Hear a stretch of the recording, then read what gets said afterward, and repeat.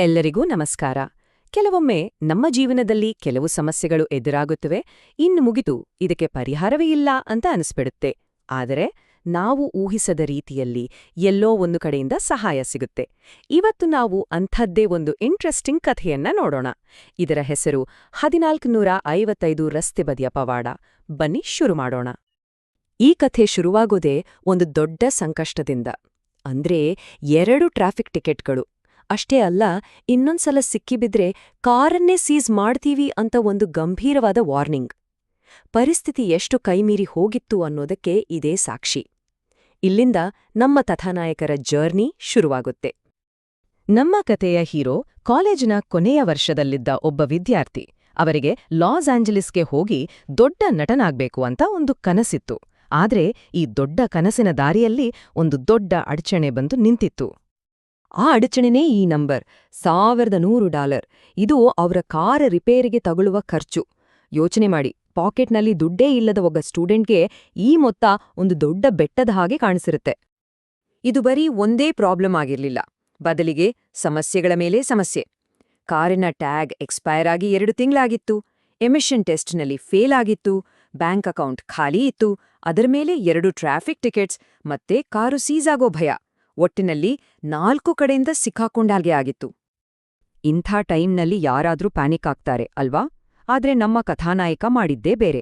ಅವರು ಆತಂಕ ಪಡೋದನ್ನ ಬಿಟ್ಟು ಒಂದು ಹೊಸ ದಾರಿಯನ್ನ ಹಿಡಿದ್ರು. ಅದನ್ನ ಕೃತಜ್ಞತೆಯ ತಂತ್ರ ಅಂತ ಕರಿಬೋದು. ಇದು ಅವರನ್ನ ಭಯದಿಂದ ಒಂದು ಸ್ಪಷ್ಟವಾದ ಉದ್ದೇಶದ ಕಡೆಗೆ ಕರೆದೊಯ್ತು. ಅವರು ಮಾಡ್ತಿದ್ದಿದ್ದು ತುಂಬಾ ಸಿಂಪಲ್ ಕೆಲ್ಸ.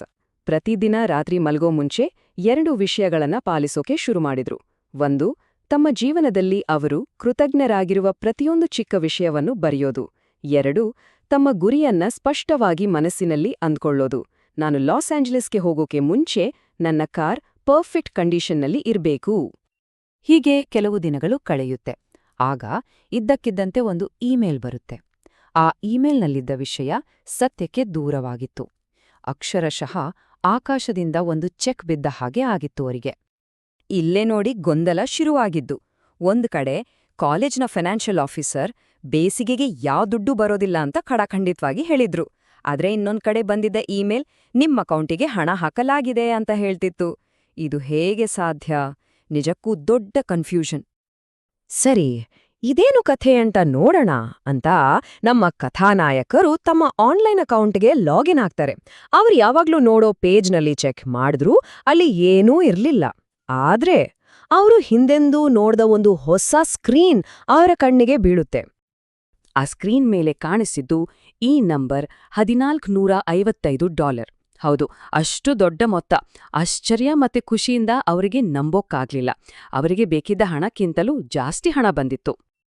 ಹಾಗಾದ್ರೆ ಈ ಅನಿರೀಕ್ಷಿತವಾಗಿ ಬಂದ ಹಣದಿಂದ ಏನಾಯ್ತು? ಇಲ್ಲೇ ನೋಡಿ ಮ್ಯಾಜಿಕ್. ಅಸಾಧ್ಯ ಅಂತ ಅನ್ಸಿದ್ದು ಹೇಗೆ ಸಾಧ್ಯವಾಯಿತು ಅಂತ.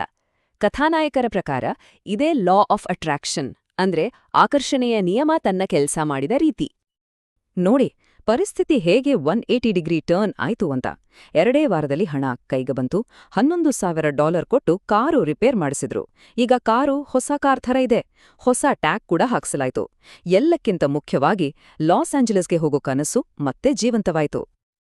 ಆದ್ರೆ ಈ ಕಥೆಯಲ್ಲಿರೋ ಅಸಲಿ ರಹಸ್ಯನೇ ಬೇರೆ. ಏನಂದ್ರೆ, ನಮ್ಮ ಕಥಾನಾಯಕರು ಕಾಲೇಜಿನವರಿಗೆ ತಮಗೆ ಬರಬೇಕಾದ ಎಲ್ಲಾ ದುಡ್ಡನ್ನ ಸ್ಪ್ರಿಂಗ್ ಸೆಮೆಸ್ಟರ್ನಲ್ಲೇ ಕೊಡಿ, ಸಮ್ಮರ್ನಲ್ಲಿ ಬೇಡ ಅಂತ ಸ್ಪಷ್ಟವಾಗಿ ಹೇಳಿದ್ರು. ಹಾಗಾಗಿ ಲಾಜಿಕಲ್ ಆಗಿ ನೋಡ್ದೆ ಈ ಚೆಕ್ ಬರ್ಲೇಬಾರ್ದಿತ್ತು. ಅದು ಎಲ್ಲಿಂದ ಬಂತು ಅನ್ನೋದು ಇವತ್ತಿಗೂ ಒಂದ್ ರಹಸ್ಯ. ಹಾಗಾದ್ರೆ ಇದಕ್ಕೆಲ್ಲ ಕಾರಣ ಏನು? ನಮ್ಮ ಕಥಾನಾಯಕರು ಹೇಳೋದು ಒಂದೇ ಮಾತು, ಅದೇ ಕಾನೂನಿನ ಕ್ರಿಯೆ. ಅಂದ್ರೆ ಅವರ ನಂಬಿಕೆ, ಅವರ ಕೃತಜ್ಞತಾ ಭಾವನೆ, ಅದೇ ಈ ಅದ್ಭುತ ಫಲಿತಾಂಶವನ್ನ ತಂದುಕೊಟ್ಟಿದ್ದು ಅನ್ನೋದು ಅವರ ದೃಢವಾದ ನಂಬಿಕೆ. ಈ ಕಥೆ ಕೇಳಿದ ಮೇಲೆ ನಮ್ಗೂ ಒಂದು ಪ್ರಶ್ನೆ ಮೂಡುತ್ತೆ ಅಲ್ವಾ? ಕಷ್ಟದ ಸಮಯದಲ್ಲಿ ನಮ್ಮ ಯೋಚನಾ ಲಹರಿಯನ್ನು ಬದಲಾಯಿಸ್ಕೊಂಡ್ರೆ ಅನಿರೀಕ್ಷಿತವಾದ ಪರಿಹಾರಗಳು ಸಿಗ್ಬೋದಾ? ನಮ್ಮೆಲ್ಲರ ಜೀವನದಲ್ಲೂ ಇಂಥ ಘಟನೆಗಳು ನಡೆದಿರಬಹುದು. ಒಮ್ಮೆ ನೆನಪಿಸ್ಕೊಂಡು ನೋಡಿ.